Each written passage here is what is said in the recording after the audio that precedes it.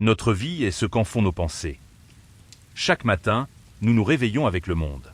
Non pas le vaste monde géographique, mais notre monde personnel, tissé de nouvelles, d'attentes, de frustrations potentielles. Une notification stridente, un imprévu au travail, une simple remarque perçue comme un affront. Tout cela a le pouvoir de faire dérailler notre journée, de nous plonger dans une anxiété sourde ou une colère impuissante. Nous nous sentons souvent à la merci des circonstances, comme des marionnettes dont les fils sont tirés par des forces extérieures, et cette sensation est épuisante. Cette lutte constante contre ce qui ne dépend pas de nous consume notre énergie et érode notre paix intérieure, nous laissant la conviction amère que notre bonheur est une otage des événements extérieurs. Pourtant, cette impression d'impuissance pourrait être la plus grande illusion de notre existence. Bonjour, bienvenue sur Vibinspi, la chaîne où la philosophie devient une matière à penser et une manière de vivre plus lucidement. Ce n'est pas une question de pensée magique ou de déni, mais une invitation à un changement radical de perspective, une sagesse forgée dans les épreuves de l'Antiquité. Aujourd'hui, on va parler de Marc Aurèle, l'empereur philosophe, et de sa conviction révolutionnaire que ta pensée est ton seul monde. Il ne s'agit pas d'une métaphore poétique, mais de la reconnaissance que la réalité que nous expérimentons n'est pas une vérité objective et universelle, mais une construction intime, façonnée par nos interprétations, nos jugements, notre perception. C'est l'unique royaume sur lequel nous détenons une souveraineté absolue, un territoire intérieur où aucune puissance extérieure ne peut véritablement pénétrer sans notre assentiment. Cette idée, d'une simplicité désarmante, porte en elle une puissance libératrice colossale. Elle nous confronte à l'étonnante vérité que nos réactions, nos émotions, nos tourments ne sont pas des réponses inévitables aux faits, mais des choix, conscients ou inconscients, de notre propre esprit. Ce monarque, qui gouvernait un empire déchiré par les guerres, les épidémies et les trahisons, ne trouvait pas sa sérénité dans la maîtrise des peuples ou la victoire militaire, mais dans la discipline rigoureuse de son propre univers mental. Il comprenait que le véritable champ de bataille n'était pas sur les frontières lointaines de l'Empire, mais au sein de sa propre conscience, dans la manière dont il choisissait d'appréhender chaque événement. C'est une proposition qui dérange, car elle nous retire nos excuses habituelles et nous force à embrasser une responsabilité totale pour notre expérience vécue. Si le monde est ce que nos pensées en font, alors notre malheur n'est jamais la faute du monde lui-même, mais la conséquence de notre manière de le regarder. C'est un enseignement exigeant, mais la récompense est immense, une liberté intérieure inaliénable, une citadelle de l'esprit imprenable. Nous allons explorer ensemble comment cultiver cette forteresse, comment passer de la réaction subie à l'action délibérée, et comment redéfinir la nature même de notre réalité. Imaginez cette scène si familière, une broutille du quotidien qui prend soudain des proportions démesurées. Un instant de distraction, et quelqu'un vous coupe la route avec une brutalité inattendue, vous obligeant à freiner brusquement. Ou bien, un collègue laisse échapper une remarque désinvolte qui, pour une raison obscure, heurte une corde sensible en vous. Instantaneamente, la tension monte. Le sang s'accélère, une vague de colère ou de frustration vous submerge, et le reste de votre journée semble déjà teinté par cette agression minuscule. Vous vous sentez agressé, irrité, comme si une force extérieure avait le pouvoir de dérégler votre état intérieur en un clin d'œil. C'est une expérience universelle, ce sentiment de subir le monde, de voir notre paix bousculée par des événements qui nous échappent. Pourtant, dans cette réaction viscérale, il y a une étape cruciale que nous manquons presque toujours. Ce n'est pas l'acte de l'autre conducteur, ni les mots du collègue qui génèrent la fureur ou la tristesse. Ces événements sont, en eux-mêmes, des faits neutres. La voiture a changé de voie, les mots ont été prononcés. C'est la signification que nous leur attribuons, le jugement que nous portons sur eux, qui allume l'incendie émotionnel. Nous ajoutons à l'événement pur une couche d'interprétation. C'est inacceptable, c'est un manque de respect, ils ont voulu me nuire. Et c'est cette addition mentale, cette interprétation rapide et souvent automatique, qui transforme une simple observation en une source de souffrance. Marc Aurèle avait déjà percé ce mystère fondamental. Il observait avec une clarté désarmante que ce ne sont jamais les choses elles-mêmes qui nous troublent, mais bien les jugements que nous portons sur ces choses. Notre malaise ne naît pas de l'événement extérieur brut, mais de notre propre estimation, de notre évaluation intérieure de celui-ci. Le monde, dans son essence, n'est pas un lieu de souffrance ou de bonheur intrinsèque. Il est un reflet amplifié de l'état de notre propre esprit, un miroir fidèle de nos interprétations subjectives. Prenons un exemple encore plus concret, la douleur physique. Lorsque notre corps souffre, la sensation est réelle, indéniable. Mais, comme l'enseignait l'empereur stoïcien, ce qui nous rend vraiment misérables n'est pas la douleur elle-même, mais l'idée que nous nous en faisons, le jugement que nous portons en nous disant « Cette douleur est insupportable, elle va durer éternellement, elle me détruit ». Sans ce jugement mental, la douleur reste une sensation, certes intense, mais elle ne se transforme pas en torture mentale. Elle est une information que le corps nous transmet, mais non une sentence existentielle. De la même manière, quand quelqu'un nous insulte ou nous critique, les mots prononcés ne sont que des vibrations dans l'air. Ce qui nous atteint et nous blesse profondément, ce n'est pas la sonorité ou la syntaxe, mais notre décision intérieure d'accepter ces mots comme une vérité sur nous-mêmes ou de les interpréter comme une attaque personnelle. Nous leur donnons le pouvoir de nous affecter en y consentant par notre jugement. Sans ce consentement, ces mots restent creux, des échos sans substance, incapables de pénétrer la forteresse de notre esprit. Marc Aurèle ne suggérait pas d'ignorer la réalité, mais de distinguer ce qui est objectif de ce qui est notre propre ajout mental. Ce qui est en jeu ici, c'est la différence entre le fait brut et l'histoire que nous nous racontons à son sujet. Un fait brut est simplement ce qui est. L'histoire, c'est notre interprétation, notre narration intérieure, souvent dramatisée par nos peurs et nos désirs. C'est dans ce décalage que réside notre pouvoir le plus fondamental. Entre l'événement extérieur et notre réaction émotionnelle, il existe un espace infime, mais éternel. Un espace où nous pouvons choisir de donner notre assentiment à un jugement ou de le retenir. C'est là que réside la véritable liberté, dans cette capacité à ne pas adhérer aveuglément à la première pensée qui nous traverse l'esprit. Cultiver cet espace de discernement demande une vigilance constante, une sorte de garde immobile postée à l'entrée de notre conscience. Chaque fois qu'une pensée négative ou un jugement hâtif menace de s'emparer de notre esprit, nous avons la possibilité de le soumettre à un examen.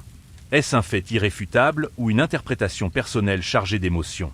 Est-ce quelque chose qui est réellement en mon pouvoir, ou une externalité sur laquelle je n'ai aucune prise? Cette interrogation silencieuse est la clé qui permet de déverrouiller la prison de nos propres réactions, de nous libérer de la tyrannie des circonstances. Cette discipline n'est pas une forme de déni, mais une manière plus profonde de se relier au monde.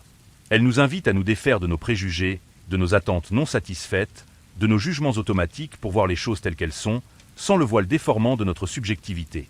En retirant ce voile, nous ne rendons pas le monde indifférent ou insignifiant, mais nous nous rendons, nous, invulnérables à ses coups. Nous réalisons que la puissance de blesser ne réside pas dans les événements eux-mêmes, mais dans notre âme qui consent à être blessée. Et c'est cette compréhension qui marque le véritable début de notre souveraineté intérieure, un cheminement où la clarté de la perception devient la première étape vers une paix inébranlable. Nous passons une part considérable de notre existence à nous préoccuper de l'opinion des autres, à nous tourmenter sur notre image, sur ce que les voisins pensent de notre voiture, sur la manière dont nos amis perçoivent notre succès ou nos échecs. Cette quête incessante de validation extérieure est une chaîne invisible qui nous lie, nous poussant à adapter nos comportements, nos paroles, voire nos pensées, non pas selon notre propre boussole intérieure, mais selon les caprices supposés du regard d'autrui. Cette dépendance est une source inépuisable d'anxiété, nous enfermant dans un rôle, une performance où nous ne sommes jamais vraiment nous-mêmes, mais une projection façonnée par les attentes extérieures. Pourtant, Marc Aurèle, en méditant sur la fugacité de la vie et la vanité des réputations, nous rappelle une vérité fondamentale et libératrice. La seule opinion qui compte vraiment, celle qui nous façonne au plus profond, est la nôtre. L'estime des autres, même celle des grands hommes, est une chose éphémère, un souffle qui passe, un écho qui s'éteint.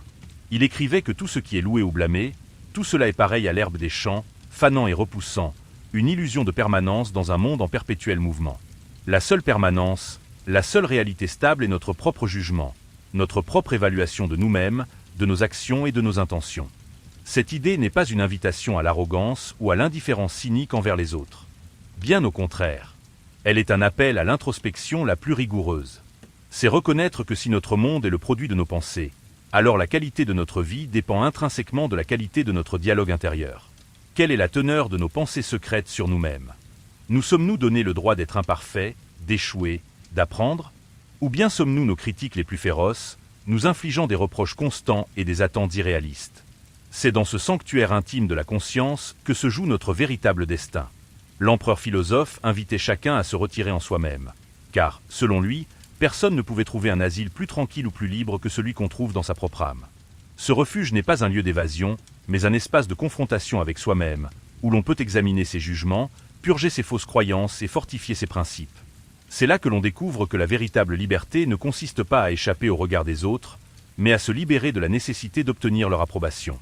Considérez la tyrannie de l'attente. Nous attendons d'être reconnus, d'être aimés, d'être applaudis. Et quand ces attentes ne sont pas satisfaites, nous souffrons. Mais Marc Aurèle nous enseigne que la véritable valeur de nos actions ne réside pas dans le résultat extérieur ou la reconnaissance, mais dans la conformité de ces actions avec notre propre vertu.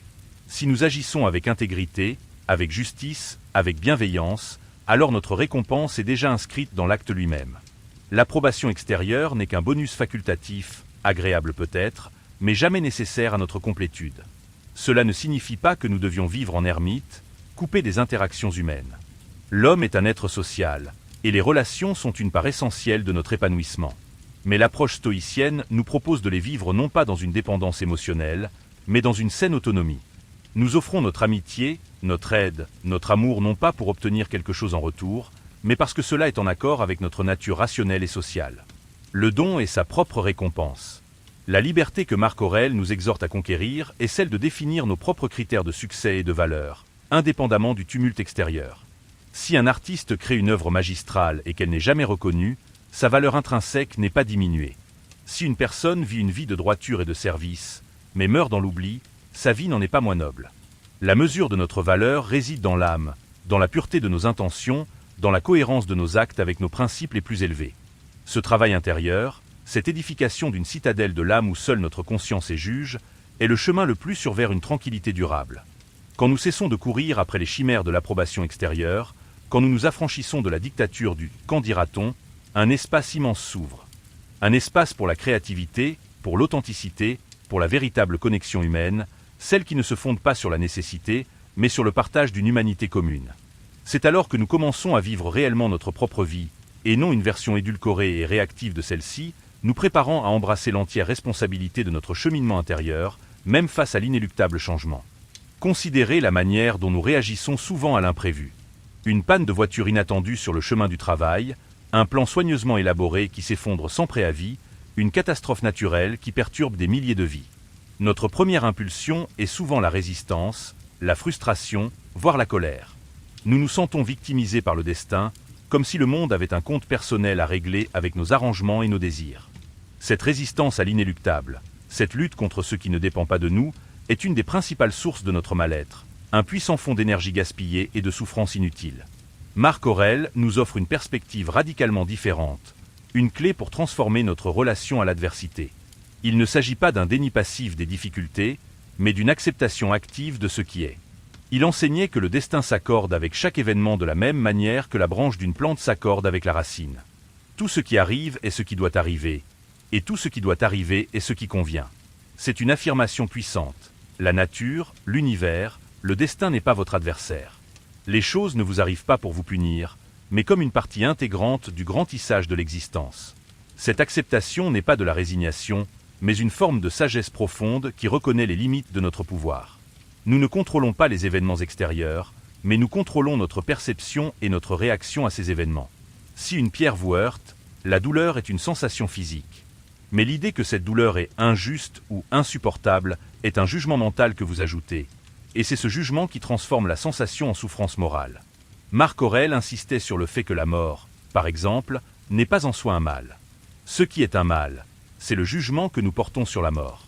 Imaginez un potier qui travaille l'argile. Il ne se plaint pas de la malléabilité de l'argile, car c'est précisément ce qui lui permet de la façonner. De même, Marc Aurèle invitait à considérer les obstacles non comme des murs infranchissables, mais comme la matière même de notre action. Ce qui s'oppose à l'action fait avancer l'action. Ce qui se met en travers du chemin devient le chemin. Chaque difficulté est une opportunité d'exercer une vertu spécifique. La patience face à l'attente, le courage face au danger, la résilience face à la perte. La situation désagréable devient alors un terrain d'entraînement, un lieu où nous pouvons affiner notre caractère et renforcer notre esprit. Cette idée que « ta pensée est ton seul monde » prend ici toute son ampleur. Si nous percevons l'événement comme une catastrophe, notre monde intérieur devient catastrophique. Si nous le percevons comme un défi, une leçon ou simplement un fait neutre, alors notre monde intérieur reste serein ou du moins maître de ses émotions. Le choix de l'interprétation est notre pouvoir suprême. Le monde extérieur peut nous présenter 1000 visages, mais c'est notre esprit qui décide lequel d'entre eux nous allons accueillir en nous et laisser nous affecter. Un homme ne peut être privé que du présent, car il n'a que le présent, nous disait Marc Aurèle. Cette affirmation radicale souligne que nos regrets passés et nos anxiétés futures ne sont que des constructions mentales, des projections de notre esprit qui nous éloignent du seul moment sur lequel nous avons une quelconque emprise. La seule réalité tangible est cet instant précis, et c'est dans cet instant que nous avons le pouvoir de choisir notre attitude, notre perception.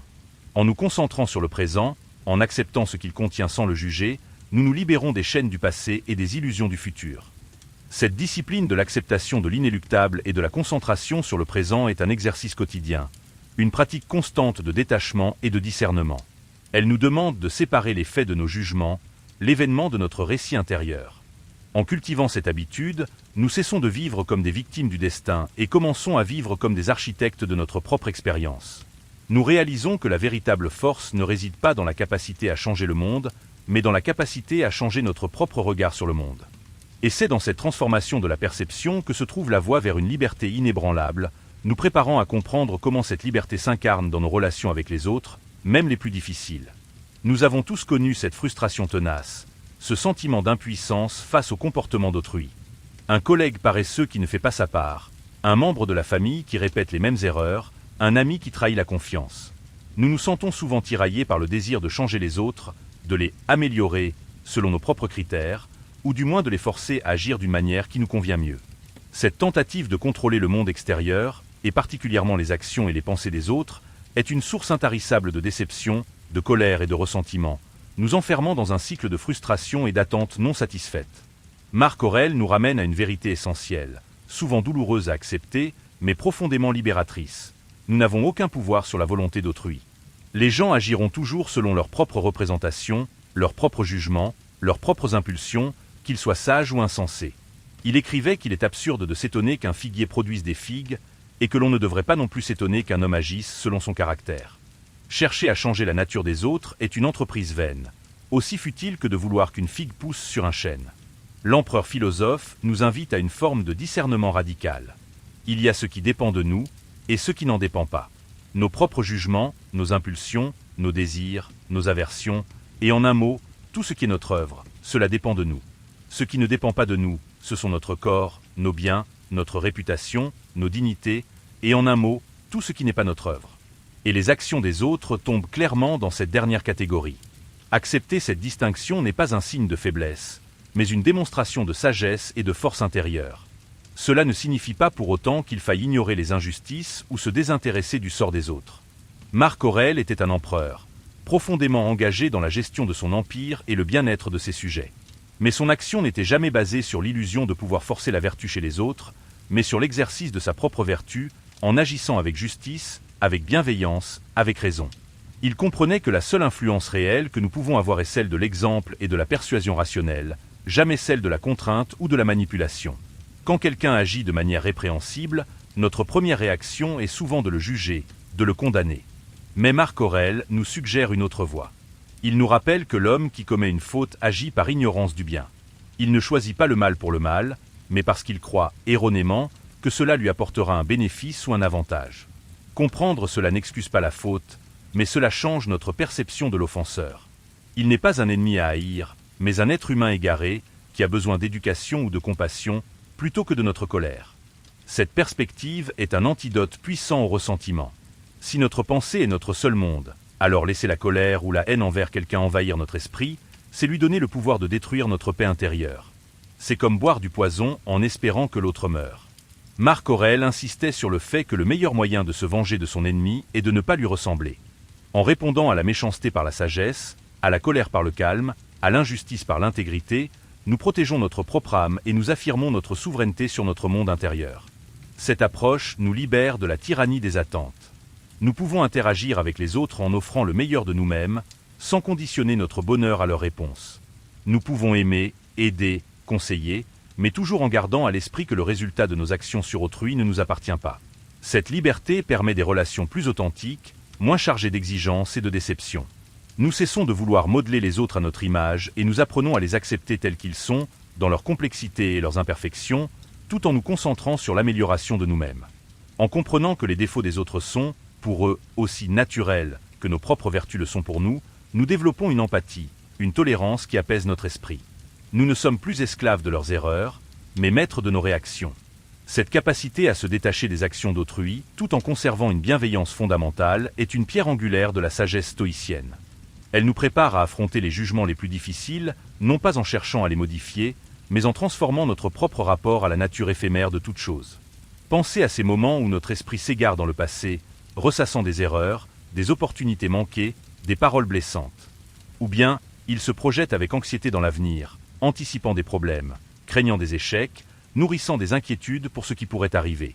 Dans ces deux cas, nous ne sommes jamais vraiment là, dans le présent, le seul moment où la vie se déroule réellement. Cette constante oscillation entre les regrets d'hier et les peurs de demain est une source d'épuisement mental, un vol subtil de notre énergie vitale, nous rendant incapables de goûter la plénitude de l'instant. Marc Aurèle, avec une lucidité poignante, nous rappelle la nature éphémère de toute existence. Il observait que la vie d'un homme n'est qu'un point, son existence un flux, sa sensation obscure, tout le corps composé d'éléments prêts à se dissoudre. Il insistait sur le fait que tout est périssable, y compris les souvenirs les plus chers, les réalisations les plus grandioses. Cette méditation sur la fugacité n'est pas une invitation à la mélancolie, mais un appel puissant à la conscience, à l'appréciation profonde de chaque instant, de chaque respiration, car c'est tout ce que nous possédons véritablement. Si notre pensée est notre seul monde, alors le fait de la laisser se disperser dans les chimères du passé et de l'avenir revient à abandonner notre seul royaume. Le passé n'existe plus que comme une construction mentale, une série de souvenirs et d'interprétations. Le futur n'existe pas encore et n'est qu'un ensemble de probabilités et d'anticipations. La seule réalité solide, le seul lieu où nous pouvons agir et expérimenter, est le présent. Marc Aurèle nous exhorte à vivre chaque jour comme si c'était le dernier, non pas dans une frénésie désespérée, mais avec une intensité et une plénitude qui transcendent le commun. Cette concentration sur le présent est une forme de discipline mentale essentielle. Elle nous demande de ramener sans cesse notre esprit vagabond à l'ici et maintenant. Que faisons-nous en ce moment même? Comment pouvons-nous accomplir cette tâche avec la plus grande attention, la plus grande intégrité? Comment pouvons-nous être pleinement présents à cette conversation, à cette promenade, à cette tasse de thé? Chaque action, même la plus anodine, devient un exercice de présence, une opportunité de manifester notre vertu et de fortifier notre esprit. Les choses se précipitent au loin, nous disait l'empereur. Tout ce qui est engendré est déjà en train de mourir. Nos joies, nos peines, nos possessions, nos relations, tout est transitoire. Accepter cette impermanence universelle nous libère de l'attachement excessif, cette racine de tant de souffrance. Quand nous nous attachons trop fortement à ce qui est par nature impermanent, nous nous condamnons à la douleur de la perte. En cultivant une sagesse qui embrasse le changement, nous apprenons à apprécier les choses sans nous y agripper, à jouir de l'instant sans exiger qu'il dure éternellement. Cette conscience de la finitude de toute chose nous pousse à nous interroger sur l'essentiel. Qu'est-ce qui a vraiment de l'importance si tout est éphémère? Marc Aurèle nous répondrait que seule la vertu, l'action juste, la bienveillance envers autrui, la discipline de l'esprit, cela seul est véritablement durable, car cela réside en nous et ne peut nous être enlevé. La vraie richesse n'est pas dans l'accumulation des biens ou des honneurs, mais dans la culture d'un caractère inébranlable, d'une âme droite et sereine. La méditation quotidienne sur la mort n'est pas morbide, mais vivifiante. Elle nous rappelle la valeur inestimable du temps qui nous est accordé et l'urgence de vivre conformément à nos principes les plus élevés. Si nous devions mourir ce soir, regretterions-nous la manière dont nous avons passé notre journée? Avons-nous été fidèles à nous-mêmes, à nos valeurs? Ou nous sommes-nous laissés emporter par les futilités, les distractions, les colères vaines? Ce questionnement silencieux est un puissant moteur de transformation, nous incitant à aligner nos actions avec notre être le plus profond. En embrassant la nature transitoire de la vie, nous trouvons une paix paradoxale. Nous cessons de lutter contre le courant inévitable du temps et nous apprenons à naviguer avec lui. Chaque lever de soleil devient un cadeau, chaque défi une occasion de grandir, chaque relation une opportunité d'exercer l'amour et la compassion. Nous ne sommes plus des spectateurs passifs de notre existence, mais des participants actifs, pleinement conscients de la valeur inestimable de chaque instant qui nous est offert. C'est en faisant cela que nous commençons à bâtir notre propre citadelle intérieure, celle dont personne ne pourra jamais nous déloger, nous préparant à comprendre comment cette fortification se manifeste dans la puissance de notre esprit. Nous avons tous fait l'expérience de cette pensée insistante, ce petit monologue intérieur qui tourne en boucle, amplifiant une inquiétude minime ou transformant une simple observation en un drame psychologique. Un mal de tête peut devenir l'annonce d'une maladie grave, un commentaire anodin au travail se métamorphose en signe de désapprobation universelle. Nous nous sentons parfois prisonniers de nos propres constructions mentales. Ces récits que nous nous racontons et qui, loin de nous servir, nous enferment dans une spirale de peur, de doute ou de ressentiment. La puissance de notre esprit, au lieu d'être un outil de libération, devient alors un geôlier subtil et implacable. Marc Aurèle nous exhorte à reconnaître cette puissance, et plus important encore, à en reprendre le contrôle. Il disait que si tu es affligé par quelque chose d'extérieur, ce n'est pas la chose elle-même qui te trouble, mais ton jugement à son sujet, et tu as le pouvoir de révoquer ce jugement à tout moment. Cette affirmation est le cœur de sa philosophie, une invitation à devenir le souverain absolu de notre propre esprit, à choisir délibérément la nature de notre monde intérieur. La citadelle intérieure n'est pas une métaphore lointaine, mais une réalité à construire, pierre par la discipline de nos pensées. Comment bâtir cette citadelle? Par l'exercice constant de la raison et du discernement. Chaque pensée qui émerge doit être soumise à un examen rigoureux. Est-ce un fait ou une opinion? Est-ce utile ou nuisible? Est-ce sous mon contrôle ou non? Marc Aurèle nous encourageait à poser des questions simples mais profondes. Qu'est-ce que cela signifie vraiment? De quoi s'agit-il vraiment? En dénudant les événements de toutes les couches de jugement et d'émotion que nous y ajoutons, nous revenons à la réalité brute, au fait pur, et nous nous rendons compte que bien souvent, ce fait est neutre, inoffensif en lui-même. Considérez la douleur physique, un exemple concret de cette puissance de la pensée. La douleur est une sensation, un signal.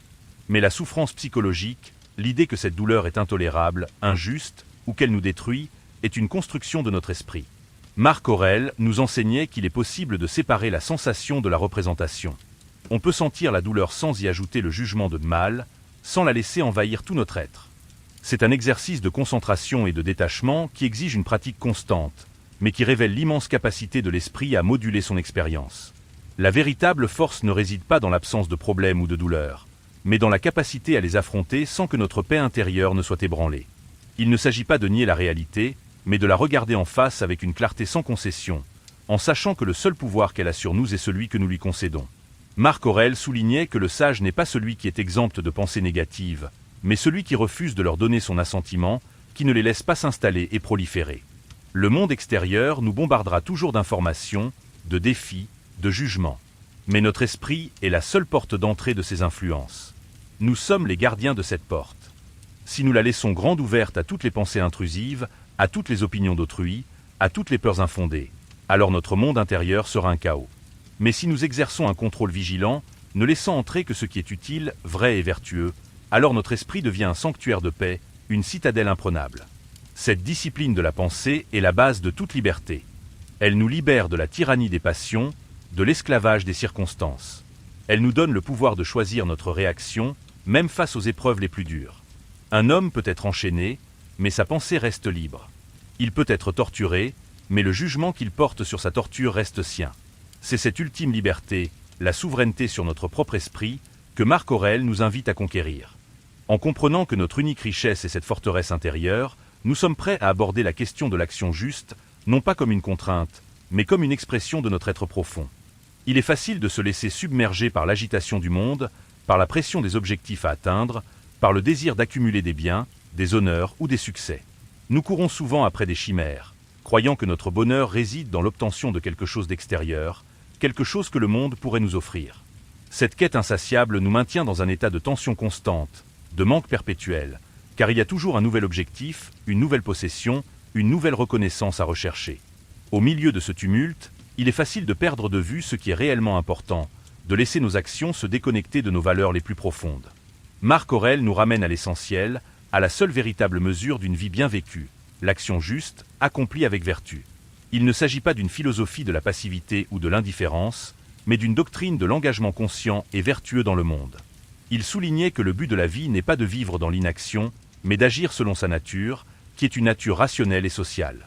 Nous sommes faits pour agir, pour contribuer, pour améliorer le monde autour de nous, mais cette action doit être guidée par la raison et la vertu, et non par les impulsions ou les désirs éphémères. Si notre pensée est notre seul monde, alors nos actions sont l'expression visible de ce monde intérieur. Une pensée juste mène à une action juste. Une pensée chaotique mène à une action désordonnée ou nuisible. C'est pourquoi Marc Aurèle insistait tant sur la discipline de l'esprit, car c'est de là que découle la qualité de notre engagement dans le monde. Agir vertueusement, c'est agir en accord avec la raison, avec la justice, avec le courage, avec la tempérance.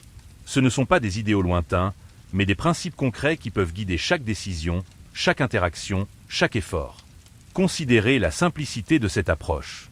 Si vous agissez avec justice, votre action est bonne, quelle que soit la reconnaissance que vous en tirez, quel que soit le résultat extérieur. Si vous agissez avec courage face à l'adversité, vous avez manifesté une vertu, et cela suffit en soi. La récompense n'est pas externe, mais interne. La satisfaction d'avoir agi conformément à votre nature la plus élevée. Comme le disait Marc Aurèle, la vertu est sa propre récompense. Elle est le fruit de la sagesse, et non le moyen d'obtenir quelque chose d'autre. L'action juste nous libère de l'attachement au résultat. Nous faisons ce qui est juste parce que c'est juste, non parce que nous attendons une issue particulière. Un médecin soigne son patient au mieux de ses capacités, non parce qu'il est certain de le guérir, mais parce que c'est son devoir et sa vocation. Un soldat se bat avec bravoure, non parce qu'il est sûr de la victoire, mais parce que c'est ce que lui dicte son sens de l'honneur et de la loyauté. En détachant notre valeur de l'issue finale, nous nous libérons de l'anxiété de l'échec et de la dépendance à la réussite extérieure. Cette orientation vers l'action juste est également une invitation à la simplicité. Marc Aurèle nous encourageait à ne pas faire plus que ce que la nature exige, à nous contenter de l'essentiel. Ne pas s'encombrer de désirs superflus, de possessions inutiles, de complications inutiles. En simplifiant nos besoins et nos attentes, nous libérons notre énergie pour ce qui compte vraiment. Agir avec droiture, servir la communauté, cultiver la sagesse. C'est une vie dépouillée du superflu, mais riche de sens et de direction. La vie d'un empereur comme Marc Aurèle était remplie de responsabilités immenses, de décisions difficiles, de guerres et de complots. Pourtant, il a trouvé la force et la sérénité en se concentrant sur ce qui était en son pouvoir. Agir au mieux, avec intégrité, quelles que soient les circonstances. Il ne pouvait pas contrôler l'issue des batailles, mais il pouvait contrôler sa propre bravoure et sa détermination. Il ne pouvait pas changer la nature humaine de ses conseillers, mais il pouvait exercer son jugement avec équité. Cette approche de l'action juste est une boussole inébranlable dans un monde en constante turbulence. Elle nous offre une direction, un sens, une cohérence interne qui ne dépend pas des aléas extérieurs. En choisissant d'agir toujours avec vertu, nous construisons non seulement un caractère solide, mais aussi un monde intérieur où la paix et la satisfaction ne sont jamais à la merci des événements. C'est en cultivant cette sagesse de l'action que nous pouvons véritablement comprendre comment cette philosophie se révèle être une pratique vivante, un exercice perpétuel de l'esprit. Nous avons parcouru ensemble un chemin exigeant, celui qui mène des tumultes du monde extérieur à la souveraineté inaliénable de notre esprit.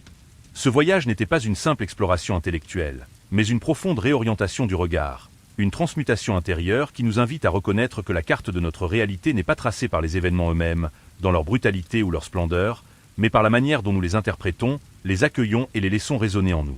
La sensation initiale, si pesante, d'être à la merci des circonstances, comme une feuille emportée par le vent, s'est progressivement dissipée au fil de cette méditation, laissant place à la clarté saisissante que nos émotions, nos joies les plus intenses comme nos peines les plus profondes, sont les fruits de nos propres jugements, les échos amplifiés de notre dialogue intérieur. Nous avons appris, avec l'empereur philosophe, à distinguer le fait brut de l'opinion que nous y accolons, l'objectif du subjectif, le donné de l'interprété, et c'est dans cet acte de discernement, répété inlassablement, que réside la source de toute véritable liberté, celle qui ne peut être ni conférée ni retirée par le monde.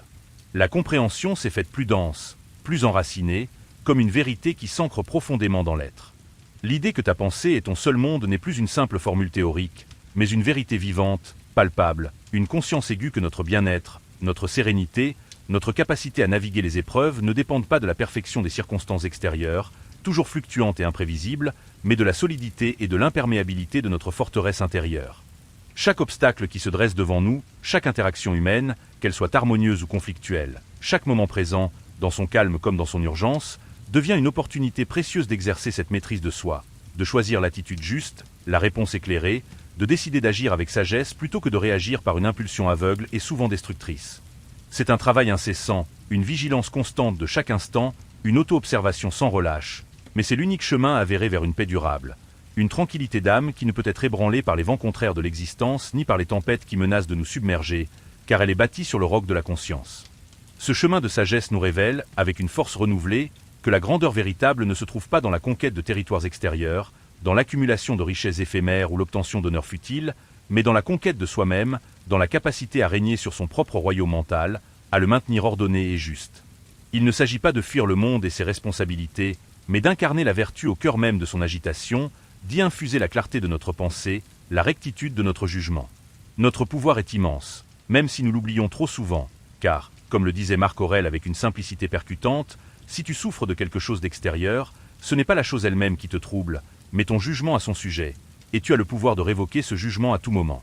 Cette puissance ultime, ce pouvoir de choisir la signification que nous donnons aux choses, réside en chacun de nous, attendant d'être éveillé, reconnu et exercé, non pas pour manipuler le monde, mais pour transformer notre perception et, par conséquent, notre expérience de l'existence.